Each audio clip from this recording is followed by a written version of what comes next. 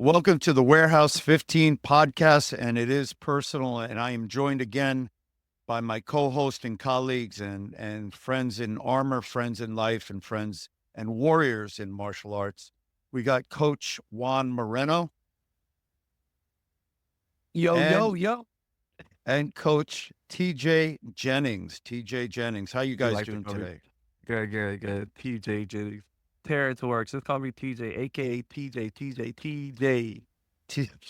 Coach All right. TJ. So we're better than me, better than DJ. All right. So we've been having a lot of different conversations. By the way, we're trying a new platform today. So tell us if you like the way it sounds or the way it feels, and more importantly, the way it looks. Yep. Well, yeah, I know. Listen, I'm looking at your Batman, Batgirl, Bat Joker poster in the back. It looks good. Looks better than last week. I like your name update too, sir. Grandmaster Disaster. Better than, I changed my name for today. Just for today. he's not Nico's dead right now at the moment. He's Grandmaster Disaster. Grandmaster of Disaster. All right. Well, listen, we got a lot we want to get to today, but I'm going to start off today. Who's going to start off for us today? What's up? Why don't we start with TJ first? Like, how was your weekend or what's going on? It was good. It was good. Quick I went update. down to a quick update. I got a movie update for you too. Matter of fact, I went down to DMV Open. First time I've been back in Virginia for a tournament, and I got to I had like 5 or 6 kids go, so I'll just do the local tournament thing this weekend. It was pretty intense environment, a little bit smaller space, a lot of good action, a lot of interesting things, but fun nevertheless. So long weekend. It was on a Sunday, but good. Tournament on Sunday? Tournament on Sunday, like for the local, yeah. I flew in Saturday. Tournament was on Sunday. Got done around 9 p.m. It was pretty long day. Pretty long day. A lot of decent talent from around the area though, so it was good. It was good to be in that environment again, and I got to see my parents as well, so it's always fun. Coach Moreno? I had a great weekend. Actually, I stayed home this weekend. I went to one of my athletes' quince, which is a young lady's 15th birthday, kind of going into adulthood, womanhood, if you will, in the Latin community, in the Latin culture. So that was pretty cool to witness that. And then on Sunday, one of my good friends, Ruben Gayon, he was a national team athlete back in the day. He's like my brother. His grandmother turned 100 years old. I actually posted something on social media and I said, yeah, I've done a lot of things in my life, a lot of cool things that I think about, but I've never been to somebody's 100th birthday. And man, I tell you what, I just sat back there and watched everybody. There's one lady I was talking to. She was in her mid 80s. She just got back from Thailand. I thought she was like 65, 70 max. Just her energy. And I was like, it was amazing. And they're cute. Most of the people there were of Cuban descent. So there was some great food, great music, people dancing. It was really cool to be a part of. So I had a fun time with my family and my friend's family as well. So that's pretty cool. But I'm curious to talk a little bit about this tournament because I want to talk about maybe some athletes moving and there's some we talked about different levels of coaches last week. Remember, we were talking about, I don't think there's any shame in being a senior coach or a junior coach or a cadet coach. If you're good, you're good. And I think some people need to feel a little bit more comfortable and confident that their line happens to be here. Not many people can be good in the whole spectrum, and that's not a bad thing. But I like to talk about some athletes kind of changing and maybe even like refereeing, kind of officiating from high level to all the way down to the low levels. But yeah, I don't know if that sounds like a good topic or not. But all right, yeah, I'll start on that. I got a question. So speaking when you talk about like refereeing and like I guess let's say gameplay, in general, do you find that the value for our local level referees would mirror or look like the value of like a AU basketball or like a youth basketball team, soccer team? Like, do you think that we have a lot of, I don't know, I always feel like we got issues within our thing, your son, I think it's a perfect test. Your son plays high school level soccer. Let's just say that because he's in high school. Like, and obviously you don't know about pro level soccer officiating, but like when you go to your son's events, generally speaking, do you think that the officiating is at a decent level? Come on, there's always going to be calls that we think are weird, but do you feel like there's blatant incompetency at that level? No, I mean, my son plays MLS Next, which is a very high level of soccer. So if you were looking at it in terms of a national sport organization, um, my son's at the qualifier level, let's say, of refereeing and participation. So the difference, though, is that the MLS Next referees are curated and trained and given games based upon their ability, and so the refereeing's pretty standard, and the Okay. understanding of the game is very sophisticated. So we don't suffer. Although, depending on the day, the parents might think differently on different calls. Of course, But in general, the referees, first of all, are fit because they got to run for 90 minutes, 90 minutes. and you know they But are do astute you think they're and all they're pretty well trained. volunteers? Do you think they're all volunteers though? Like I know we have a lot of volunteer referees. We get guys that understand the rules to a certain level. And we allow them to referee. I guess I'm asking not at the qualifying levels when you're being looked at or scouted, but more so like if you showed up on a Saturday to a local level event. Like, do you think they're like I said, they're boys soccer team or girls soccer team or basketball team? Do you think they have that many issues throughout the game? The clock not getting started on time, Oh, all the little stuff that we deal with. all the referees are paid. They're not paid a lot of money, but they're paid. They're trained and paid. Even whatever the sum is, it's not a tremendous amount of money. They Yeah. are depending upon the level of play. So my son started at AYSO, which is basically local tournament. Then he went to club level, which is higher, and then he went now to MLS Next. And this Do weekend they? we're at Yale for a prospect camp, right? So Well, that's been his journey. Along the way, those referees are trained. They all understand the rules. They all understand how it works, and they, for the most part, um, all the control of it is in the center referee's hands.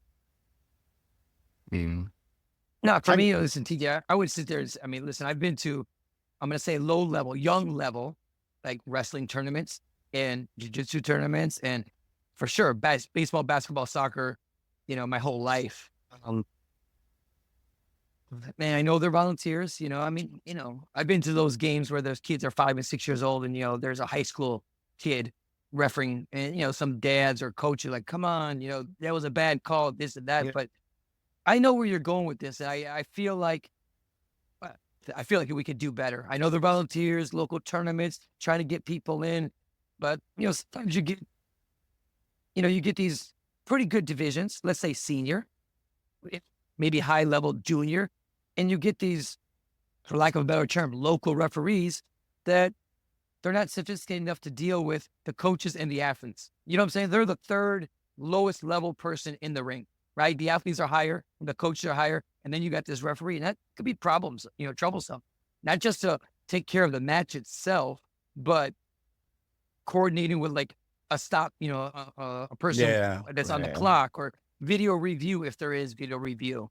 You know, I mean, So the best advice I got, was from Sifu Paul Vizio, one of the most successful kickboxers in the world, and quite honestly, the man responsible for my Olympic success.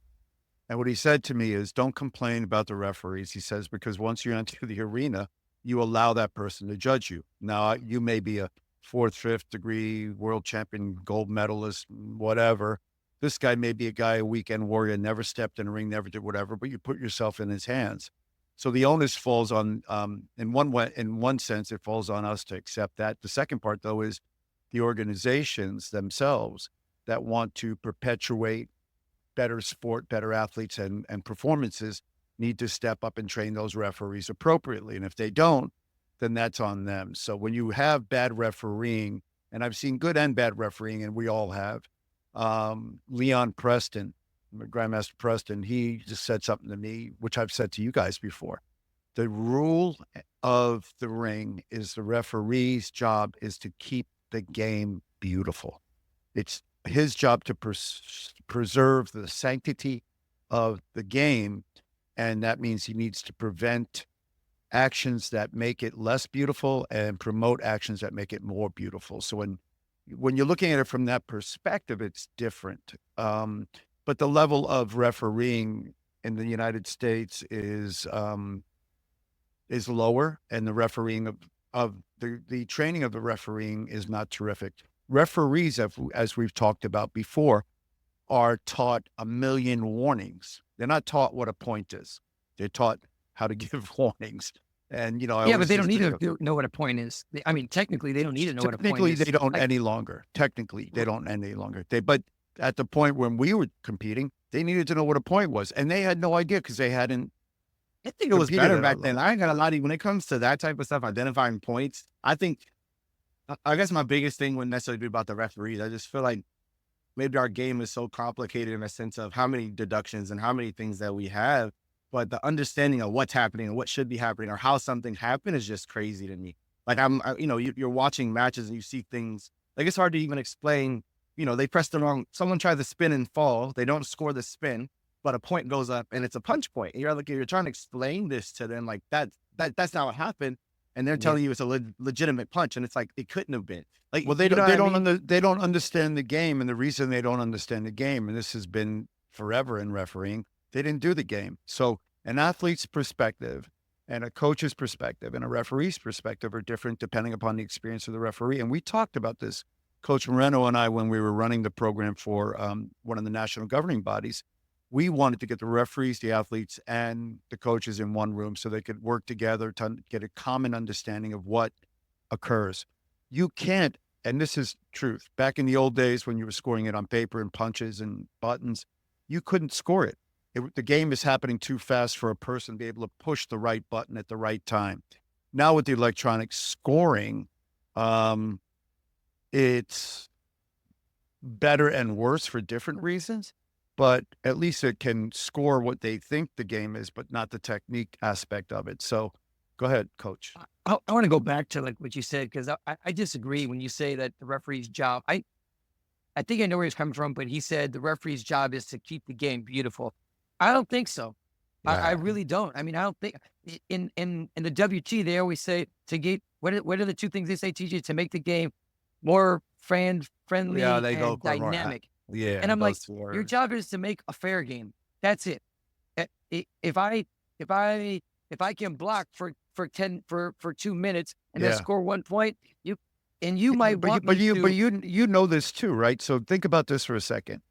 What is the best game with reference to a referee when the referee is what? It's non-existent. You don't even know You they're don't there. even know he's there. You don't even know he's there. That's the best game when the referee doesn't do anything to interfere. Well, that's what I was gonna say. Like, so for me, I don't think it's their job to make it beautiful. It's just to make sure that people, are fair, transparent, all that stuff. But TJ, you asked about like, certain referees and things like that. Or no, I'm sorry, Coach Young, you said that. For me, like I remember there was one referee, and I'll say him by name. And right now he's a chairman for USA Taekwondo. But John Sieber, I think when he was young and he was coming up, I enjoyed the way he refereed because I think he understood sport. Not Taekwondo. Of course, he knows Taekwondo. Sport. He knows football. He knows basketball. He knows baseball. He understands that, okay, I'm winning. I'm trying to preserve my win. You're losing. You're trying to go. So I'm not stalling. I'm defending. He's not pushing. He's trying to create. Like, do you understand what I'm saying? I think good referees understand what fighters are trying to do. I don't believe that you have to fight in the sport to be a good referee. But if you didn't fight, then you better educate yourself on other fighting sports and what people are trying to do. Because again, I know boxing and wrestling and whatever, some of these people never did the sport and they could do it at a high level. I think there's some good referees that never actually fought at a high level that could be good referees. But there's probably a lot more that haven't fought and are not so good. So John Halloway was one of my favorites back in the day when I was young coming up. And John Sieber, like I said, I just closed my eyes and I remember thinking, this guy knows what each dude is trying to do, each gal is trying to do, and he's within the rules, he's letting them do it. And then if it got out of control, hey, then I got to pop you with a deduction. Yeah, I think that's, again, maybe I hate using the word higher quality or better understanding, but I did a lot, obviously, just like you guys, I did a lot of local tournaments when I was growing up, a lot of small ones. And for us in our area, I had also Master Bernard Robinson as well as one of the referees there. I feel like all the calls definitely didn't go my way. They definitely didn't fall in the direction I'm like, maybe this was it. But I feel like I could understand where his call came from. And I guess that's more important for me as a coach now than as an athlete. As an athlete, everything's against you. Like, No, that wasn't it. Fine. You can believe that, but as a coach, you're sitting in a chair and you're trying to understand, how we got here, what the situation is. I don't think the referees they're not the ones at the lower levels of the game, maybe, or the volunteers, or I don't know. I would What about appreciate it if it this? was. What about people taking responsibility? Listen, I know we're That's volunteers. a big one. I know we're volunteers, but you know what? If you're a coach and I'll use a good word, you mess up, you get sanctioned. Well, some people get sanctioned. Yeah, Some right. people can say whatever they want and they didn't get sanctioned, but that's another story for another time. A coach, I said that. If an athlete does crazy, you get sanctioned. If a referee blatantly messes up, knowingly or unknowingly, if they mess up, what happens? Like, I mean, I hear, oh, they got sanctioned for a tournament. Oh, nah, stop. They're back at the next one. Matter of fact, Yeah. sometimes they get elevated, but And that's a tough one for me. that's my thing too. Like, I know you go to local tournaments into like I try to treat it like a learning environment, like you just said, coach, as well. Like I know you're allowing people to judge you, and you're allowing people, if they're the third person in the hierarchy level, all those good things. So you go to local tournaments that it's just a training day. It's just a build through the championships or whatever you're gonna go to. But I think even at more so, why is it that I feel like the coaches have to take it like that and be willing to accept anything and everything that happens throughout that match. But sometimes even at the local small level, these referees are like this, and like they act like they can't explain anything to you. They don't want to talk to you, or like what you're saying could never ever make any more sense than what they think already. And that's the crazy part. We are dealing with, you got a lot of high level coaches in a room, coach that higher levels than these kids have been at to do these little local tournaments. Like, people need to educate them on, again, I don't know if it's coaching or teaching, but just understanding the situation. There has to be value on both sides. I got a question for you, Young. So again, because I love to talk to you now because you're really entering into, sports, some mainstream sports, obviously baseball, basketball, football, soccer, they're mainstream sports in America. So you're seeing it. So my question for you is, like, why, and I understand we're a martial art, but why? I don't think I know another sport, correct me if I'm wrong, that a coach or athlete for that matter cannot interact with the referee. Yeah. Or it's like bad. It's viewed as bad. Yeah. So the problem, here's the problem. So the martial arts, and this started with the Koreans, the martial arts have always been a hierarchy of senior versus junior. And so when you're a senior to someone, you're older, whatever, you can't question your senior. And the problem is that in this particular sport, they want to elevate these referees that may or may not be senior, quite frankly, most of them are junior to me, to a level where they can't be talked to, talked at, talked with, because then you're disrespecting the culture of martial arts. And what we've seen in that across the board, including some things that are going on right now, is a total disregard for the athletes and the coaches and the community and the country and everything like that. It started with a hierarchy based in Asian philosophy where you don't question your elders. And unfortunately, that's not sport. That's maybe martial art, and you can accept it as such, but it's not sport. And that is the cause of that problem. In other sports like soccer, for example, maybe they go over the top, right? You'll see athletes and coaches and then the ref will warn them, stop, enough. And if they don't stop, then he'll get a card to get thrown out of the game. But the coaches and, refs are human, and they need to understand that they do make mistakes. And you'll see, we all see that where they compensate for their mistakes. But this is one of the things that happens organizationally and culture-wise. It's one of the bad transfers that we've gotten. There's a lot of great transfers we've gotten of the culture and maybe some cultural appropriation, but the nationalism that resulted in this has not been great for us as a sport. The referees in a sport, and I'll say this because I've always said it, in a sport that teaches life skills and tenets of respect, humility, honesty, there's certainly a lot of that missing from the sport in terms of leadership and refereeing, right? So you see referees all the time. One of the reasons we find ourselves with electronic chest protectors is referees cheated, not made mistakes. They cheated. They cheated on behalf of countries, on behalf of schools, and you and I trying to get out of this country when we were young. We couldn't get out of this country. And why? Yeah. We had to beat not only the opponent in front of us, not his coach, we had to beat the system. where we were not from a particular school, we were not a particular ethnicity, we're not particular whatever. And that's a very, that's a scarlet letter for our sport that continues. And Korea, by the way, had the same problem. And it was outed by Lee Jung-woo, where he talked about pruning of the tree. It happened in Korean nationals. You and I have been to Korean nationals where we saw players kill another player, but he wasn't leaving the country because he wasn't, and that's why the original sport, we have another sport in Taekwondo called chair throwing and table tossing. And it's not a Gaelic sport, but you go to Korea, they started it. You'd see guys throw tables and chairs and but they never hit each other. No, it's a pushing. I get it. Listen, that being said, go ahead. Go ahead. I'm sorry, T. I was just saying, I'm not talking, I understand at those levels. I'm not even talking about like the qualifying levels or even like the state level and all that stuff like that. I guess maybe I'm overshooting and maybe I'm going local tournaments to be a little bit different when I was younger, or like understanding of the game. Even there's always extraordinary referees. There's always new referees. I don't think it's a good or bad. I think it's an experience thing, but I just find it's that one-sidedness that you were just talking about. And I think I try to find myself to be respectful. I try to start off with, try to be respectful, understand the situation that we're in. And it never fans out that way. It's because they won't let you get offended, TJ. And I'm not saying you, people get offended when you actually have a legitimate question. And that's all you're trying to ask. Or you're trying, please explain this to me. And you're not even you're not even throwing your weight around. Hey, I'm an Olympic athlete. I'm an Olympic coach. You're just saying and then you're like, it's not even that. Or the best one is like, will you say something to one of them and it's just like this? Oh, they don't even know. Listen, my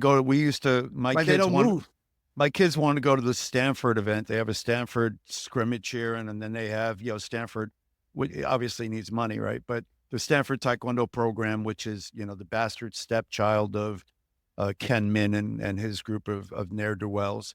They create these events, and the kids all want to go to the Stanford event because it's Stanford, right? They don't realize that it's, who cares? But they get these referees in Stanford that are all Stanford students. And every time we went, it was horrible refereeing, terrible. So God forbid you say something to a ref. So I go up to this ref and I go, that's not the rule. And the ref kind of gives me a hard time. At that point, I'm going to put down my massive foot of, actually I'm correct and you don't know what you're talking about. And so we got to a point with the Stanford event. I don't send my people. Why? Because refereeing is terrible. And why? In part because they were taught that culture from Ken Min, where they can't be questioned and they understand the rules. And so what I do, I vote with my dollars. I don't send my kids to events where they can't referee. I don't send my kids to events where there's a hierarchy that prevents people from getting fair treatment to whatever degree. And that's the only thing we can do. And that's what I encourage people to do. If you have bad refereeing, don't go. Just don't go. Don't send your people. Now, the understanding, if you don't have enough refereeing, they're going to put 14-year-old kids, hopefully, in with the 5-year-olds. That's a problem. I think that's a problem. But so I'm talking about tournaments, referees, and stuff like that. What do you think about? There's something here domestically that I think is a little strange, that they're allowing people that are qualified in one category to go up to another category. I mean, again, historically, they've never done that. I mean, if you qualify in welter, you fight in welter. You qualify in light, you fight in light. This up and down and stuff like that, I think I don't really understand the rationale, but I think and I know people have said, yeah, but they're juniors and they grow. Again, then wait a year. I mean, it is what it is. Are we talking about juniors or seniors? Sorry. What are you talking about? To be honest, I'm talking about anybody. I mean, it is what it is. But let's just say for seniors, because really what I want to get to, that's just kind of a side. I want to get to that. There's some big names moving categories. And I wanted to know what you think their potential is when they change categories. But first, the change of the weight categories, let's say on senior level, let's keep it easy. Yeah. I don't know. Like, I think from what I understand, it was because the start of the quad or something like that. Some explanation that for me, honestly, still doesn't make sense since we started the whole rest of the year doing things a certain way. I think that's the important thing for me as a coach or as having been a high level athlete. I think we had a few more answers. Things don't change so radically that you're like, okay, now this is a go. Now this is a go. Now that's a go. Making the national team in the United States historically always, when I was competing, was a hard thing to do. It was a hard thing to do.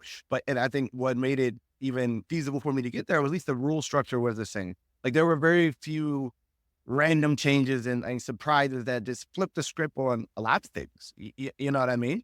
Maybe I think you have different people with different goals. I think the organization in itself has a goal, whatever they're trying to do, and that's cool and all. But like, I think you gotta.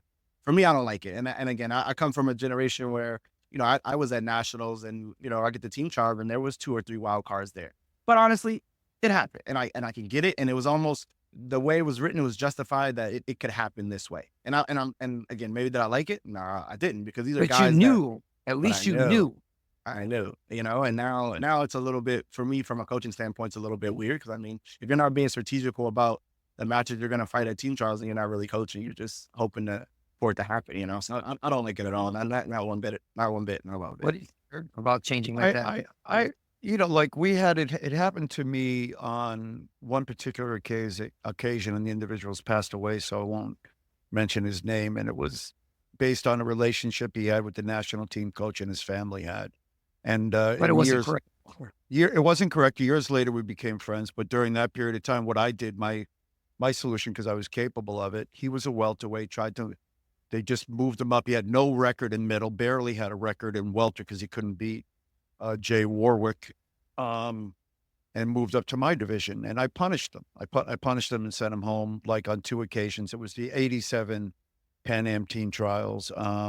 And I made sure it was very visible. I mean, back then, when matches were won 1 point, 2 points, I beat this individual 7-0, and then just punished him, and then looked over at the individual that was responsible. So I don't think it's correct. I think you got to earn your way, and people do this all the time. If you want to be in a particular weight division and you want to carry your record with you, you can't. You got to go in and make your own record. And if you want to qualify, go and qualify, step up and qualify. Now, in most situations, it proves out. So let's say you you're a welter and you move up to middle, or you move down to light. And the last time we had a big one was the first time they combined all the weight divisions. So that would have been 92, right? 92, when they combined all the divisions.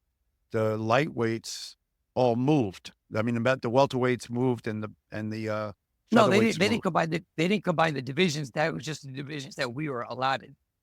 Yeah, but you had to move, right? So if you went and they qualified. So if you remember, all those guys qualified. None of them got gifted in. Like lightweight was. Yeah.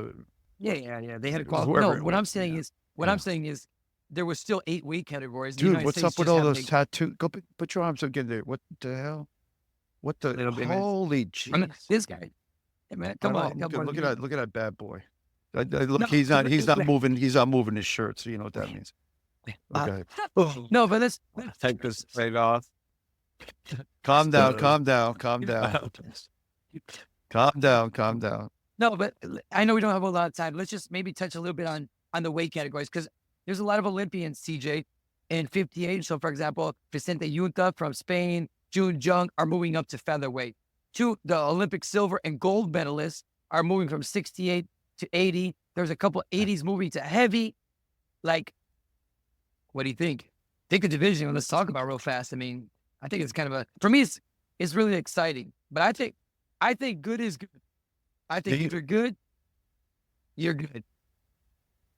I guess, did you think and again, I haven't really looked at it across the board, but do you think that the weight classes are normalizing in size again? Are we going back towards like a more athletic welterweight as opposed to a taller, linkier welterweight, and those welterweights are going up to heavyweight? Do you think that has anything to do with it at all? As far as like the switching, just from a weight standpoint first. Yeah, I just think some people grew out of the divisions. I think some of the guys that were in there were kind of young, and they just kind of grew, whether they were 68 going to 80 or 80 going up. But listen, I still think it helps to be pretty good size, good leg length. But you're finding there's a new 58 guy from Korea. This is a short little dude. This guy can fight. I mean, this guy can fight. The 80 Korean guy, same thing. But I'm really curious to see Rashitov, the 2-time defending Olympic gold medalist in 68 from Uzbekistan, going to 80. And I'm going to call it, I don't think none of those dudes want to see him. The dude's tall. He's going to be stronger. He's 80 tall? He's 80 tall. He's not Simone 80 tall. He's taller than CJ. He's taller than Henrique from Brazil, or as tall. And he's longer. Listen, I think he's going to be good. I think the silver medal Zaid from Jordan will have a little harder time because he's a little undersized. But I mean, historically, people that move up don't do as well. But I think there's going to be some interesting dudes. And who else? Who else went from? You said middle to heavy. I mean, excuse me, welter to heavy. Salah from Jordan, he also went up. They have a hard time. Who else went? Someone else just went up. I mean, when Cisse went from welter to heavy, he had a significant impact with his speed. Oh, the Norway guy, he went from 80 to heavyweight. He only I like that 80. for him. Yeah, I like that for him. Yeah, me too. And he only fought heavyweight during qualification for like 5 months. So I think give him a little time to put some weight on. I think that boy could be interesting. Yeah, he's I huge. agree. He's 6'6", 6'7". I agree. I think for me, I'm more 3 times to do it in two different divisions will be interesting. That'll be the first time, right? From if he runs it back again at 80, he's got it. He's got to be the GOAT. He's got to be the cars. He's got to be the talk, right? So, one of my favorite fighters, a lot of people don't know, Young, you know exactly what it is. Hot Take Young. Hot Take Young, I was about to say, yeah. He fought flyweight and welterweight in 80 and 92. Like that difference. Yep. And he won. He actually fought heavyweight and came back down. He won 2 gold medals. But in this era, this is a lot different. This guy's going to go. First of all, there's never been history, man or female, to win 3 Olympic gold medals. Not Steven Lopez, not Hadi. Hadi got 2 golds. Han Tae-kyung got 2 golds. Wu Jin from China, 2 gold. Another Chinese welterweight, 2 golds. My mind's like I should be better at this right now. But anyway, Steven Lopez, like nobody. Penny Pack has 2 golds. Yeah. 2 golds. Yeah, So- I don't know. But I mean, hands down for sure, if he runs it back in 80 and wins the whole game, he's got to be the GOAT. I don't think we have that conversation no more. Let me put the under in right now, boy. Could be my retirement. It's got to be. It's going to be a tough one. I think it's going to be tough, though. I think, again, I think his size was important at 68 still, too. You know what I mean? And like coming into, I would say, you said a medium to normal size, maybe about the same size. I think we'll see with the longer players if you can still be dynamic and long with them and push them back. But definitely excited to see it. But when he fights 74, he runs the table. Easy. So I think I think he's going to, without having to lose weight, and listen, it's not going to be easy, but I think he's going to be just fine. I think he's that special dude, to be honest with you. And I also, Young, we talked about this, certain athletes, not trying to throw shade, they come along at the right time and they win at the right time. They miss some of these legends that are getting old. They miss some new guys that are coming up. And I think that welterweight division, it kind of cleared. So you got a bunch of younger athletes that aren't so dominant. And this guy is just the opposite. He's young. He's 22, 3. He won at 17 or 18, I think. I don't know what he was, but he's got to be under 25. So he's young, but he's got that swag. He's young. He's got that street cred. He's young. He's got that experience. So I don't know, man. I think he's going to be dangerous. Exciting. I'm excited to see it. The GOAT will be and always will be and will never change for me, Jungkook Young. So I'm going to apologize to all of you.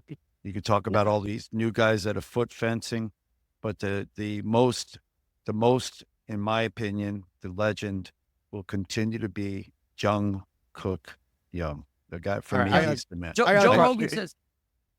Rogan says, I like what he talks about. He goes, when people throw around the greatest, he's like, you got to talk about the greatest in their era at that time and measure it. Because, and not when people go downhill, but like in their prime, who is the best? Michael Jordan. Mike Tyson, Michael Jordan. Don't talk to me about, I don't want to talk about the other guy. I don't want to mention his name in that basketball stuff. In soccer, Messi. You can go back. I'm going to ask you the tough question. Sorry, I'm going to ask you the tough question. Yeah. The tough question. Here we go. But if you had to, maybe it's an answer for next week, but you had to choose your favorite current Olympic style fighter right now with the foot fencing, what you call the electronic era. If you had to pick one guy that stands out to you, like, I like him because of this, he's like this, or he's like this, and what aspects about him carry over from like the old school Taekwondo to new school Taekwondo? I want to hear Young's. I want to hear your He says foot fencing, foot fart, foot That's so farting, bad. K Foot fart- pooping, K pooping. Hey, So pooping. let's be clear. It's not going to change because the Okay. president, if the KTA had elected Kim Se-yuk, the KTA is what wags the WT's tail. So the KTA would have created a style under. But they didn't election it yet, did they? They did, and Yang Jinban won, and he's the Again. genius. He's the genius that came up with this style of fighting. So I was hoping Kim Se-yuk won because then it would have changed. So the foot farting, K pooping, foot fencing. But who's dancing. your favorite, though? Who's your That's favorite? like, don't It's hard. dodge my question. I got to be Who's your honest. favorite? I got to be honest that I don't watch it. Gotta So have for one. me, I do have Gotta. one, but you're not going to like the answer. Aaron Cook would have been my guy. But that shows you how old I am. That's why when we talk about philosophy, I'm in the torchbearer light phase. I'm not in the current phase of trying to make athletes. And I give that to you guys. I have Coach Moreno in from time to time to help me so he can teach my guys to foot fencing. I take that. I take the Aaron Cook one, but I think because he was at the end of 2012, 2013, all that stuff as well too. I think So the game the game was still a little bit more. Yeah, but here's what you fast-paced got and to ask normal yourself: and a little bit more backplayed. who was the athlete? And this is a good question. Who was the athlete that had the most potential, and you watched him and you went, "Wow," and then didn't have the best result? Like, I'm always amazed at that question. Like in the United States, Clay Barber, right? I look at Clay Barber. I look at James Viasana. These are guys that were just technically, excellent to watch. There was a kid that Coach and I saw in Hong Kong. He was from Chinese Taipei. It was a bantamweight, and he went through like 1 million people, and then he battered his legs so badly, couldn't make it to the finals. But these are the kind of guys that, with the right kind of coaching, right kind of opportunities, right time. Like, how many guys did Jungkook Young retire, like in Korea and internationally, that they couldn't get by? We'll never know their names. We'll never know their names. You won't know their names. And Coach Moreno too, and you. So like Steven Lopez, to his credit, vacated that division for 8 years, like, or 10, how many years he was in it. People just couldn't get through him. So and there were a lot of great But they fighters. still showed up, though. They showed up. They fought him one of my every favorite few trials fighters back. was Jason Hahn. Jason Hahn, great fighter, great technique. Just couldn't get past certain things until he moved or whatever. So, but you know what? Listen, Jason was my roommate. I kind of mentored him. His dad asked me to look after him.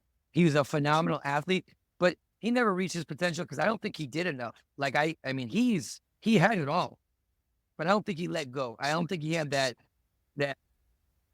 And it's saying a lot because I have a lot of respect for him. He won a silver medal to what he had. He was maybe faster than anybody I knew, but best fast kick I ever saw.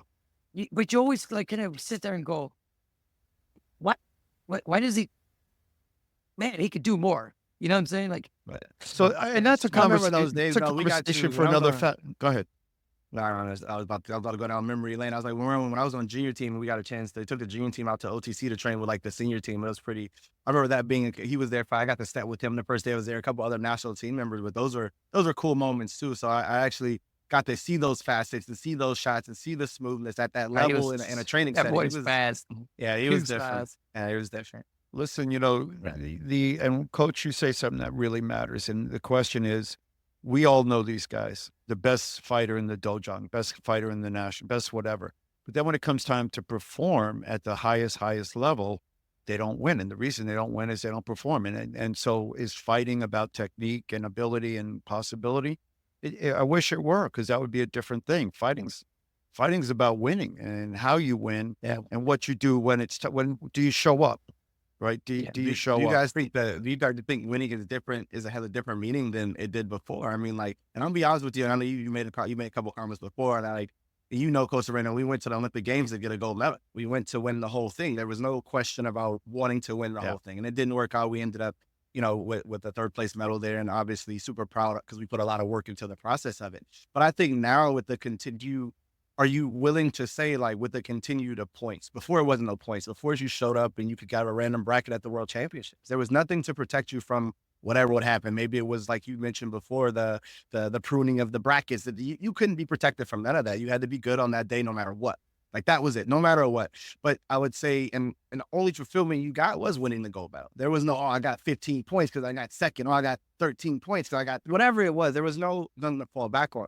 So when you use the word winning, are you considering, or do you see it as a part of it now that maybe third place is more important in a number of competitions that we compete in now?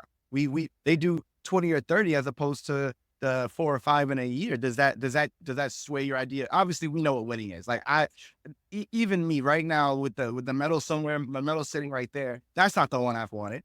That's not what I went for. I didn't win the whole thing. You know what I mean? But I know there's a lot. But that's not what you wanted. Nah, you know, and everybody knows that. Everyone who knows me, I've probably said it 1,000 times, millions and millions of times. But do you think, can you rationalize that winning is a little bit different now than it was then? Like, you know, like there is something that you take away something from each individual competition as far as like ranking points and being the number one in the country or the world or nation, whatever that stuff means, you know? You're asking me? Yeah, of course. Yes. I'm just not the right person to ask because You're hard. I'm hard. I'm brutal. Like I used losing as a learning lesson and, you know, sat in a corner and cried. I only took home gold medals. I don't have a single silver or bronze medal in my house. They all were left at the event or somewhere else. I'll show you one. No. I would have kept that one. And that's the sole difference. You win. There's one bronze medal. You have to. If you win a bronze or a silver at the Olympics, that's a keeper. And I would have kept mine, to be honest.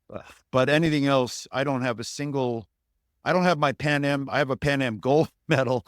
I don't have a Pan Am silver medal. I have a Pan Am silver medal. I don't know where it is. I think it's in Cuba still.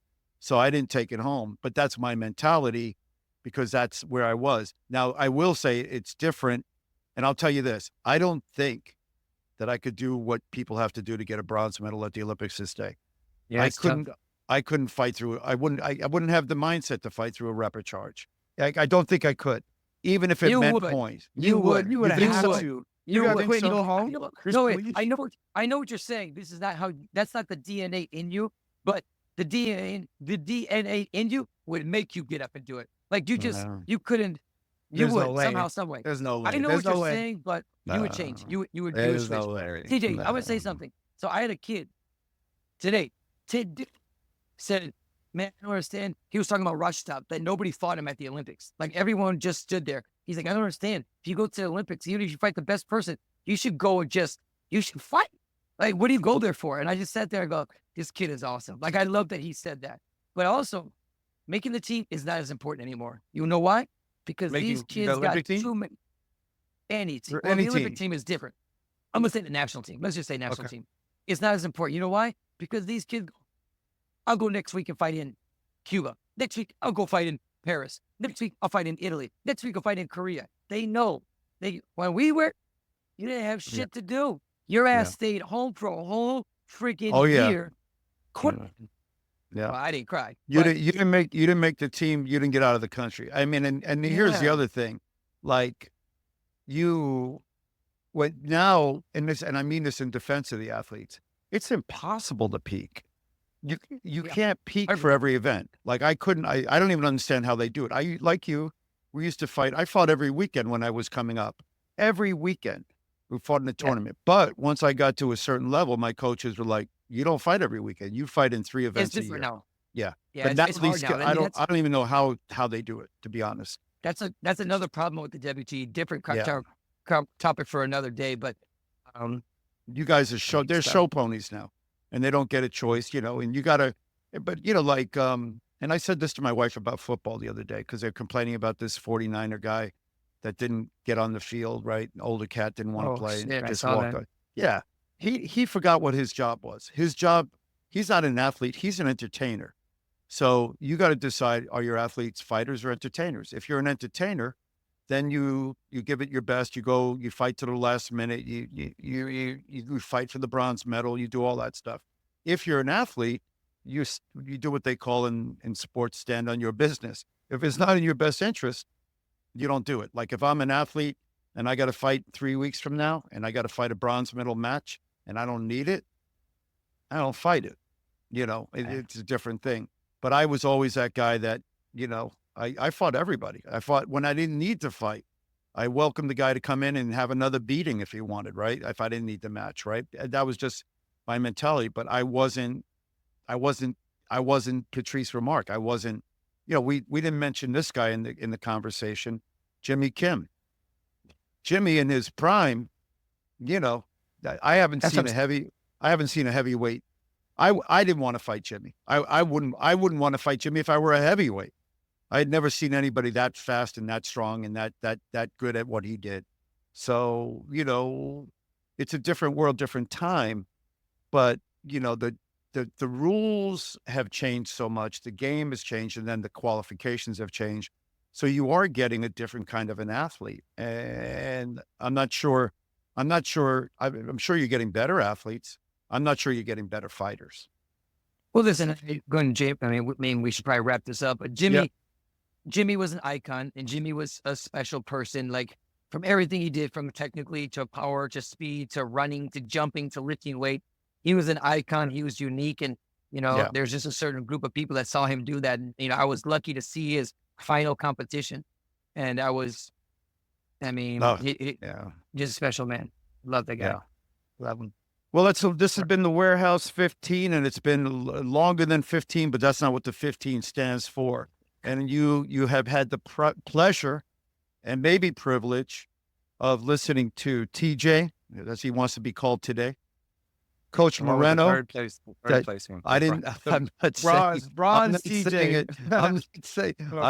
Bronze We don't TJ. That's not judge. your name. Bronze TJ. I have I'm bronze officially medals. stand for it. I don't know where they are, but I have them. Trust me, I have them, and I'm proud of them. I think I won them in some big events. So, but there's nothing wrong with a bronze. It matches the beautiful tint you have on your face today of the purple light, and where is the Batman? Ambience. And then For my mama. For my mama. And then we got Coach Moreno, and this has been Herb Perez.